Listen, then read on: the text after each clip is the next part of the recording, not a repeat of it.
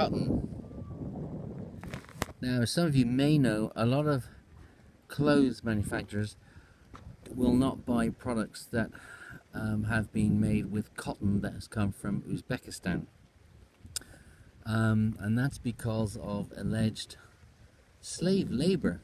It seems a bit dramatic of a term actually, but apparently during the cotton harvest it is the duty of every Uzbek to spend, I don't know, 2 or 3 months, whatever the legal requirement is, helping the nation to produce cotton, to pick cotton. And we saw lots of people in the fields picking cotton, bent over picking cotton. We saw lots of tractors pulling trailers full of cotton.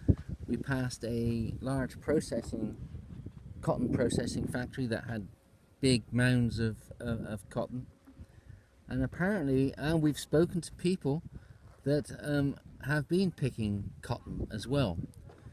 And apparently it is a legal requirement for people to do their bit. Now, if you go online and research this, it's often referred to as slave labor, that the Uzbekistan government is guilty of slave labor. But we've spoken to some people that were actually picking cotton. We were messaging people about accommodation, and they too had been picking cotton. And I have to say that nobody that we've actually spoken to about this seemed to complain about it. You know, unless they're just putting on a brave face because they're afraid of their government finding out or something like that. 2 guys we spoke to about 3 or 4 days ago about it said that they actually, were picking cotton, but actually getting paid for it. But nevertheless, it was a requirement that they do it, and they had to forget their normal jobs, which was teaching English. So, is that slave labor? I don't know. Is conscription slave labor? I don't know.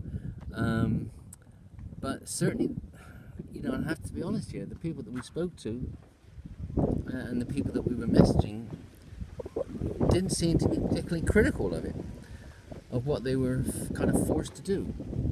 And maybe they felt that they had to say these things to us because, their government might find out. I don't know.